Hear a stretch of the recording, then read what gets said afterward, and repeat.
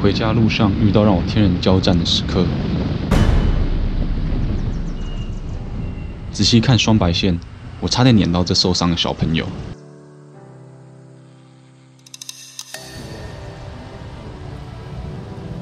看来翅膀受伤了，车子经过它都无法飞走。内心一直在纠结，到底要不要救它。很担心后置会突然变绿灯，且我离开车子可能会被有心人士检举。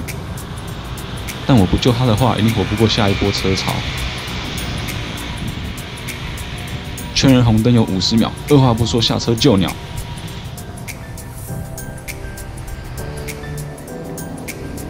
干！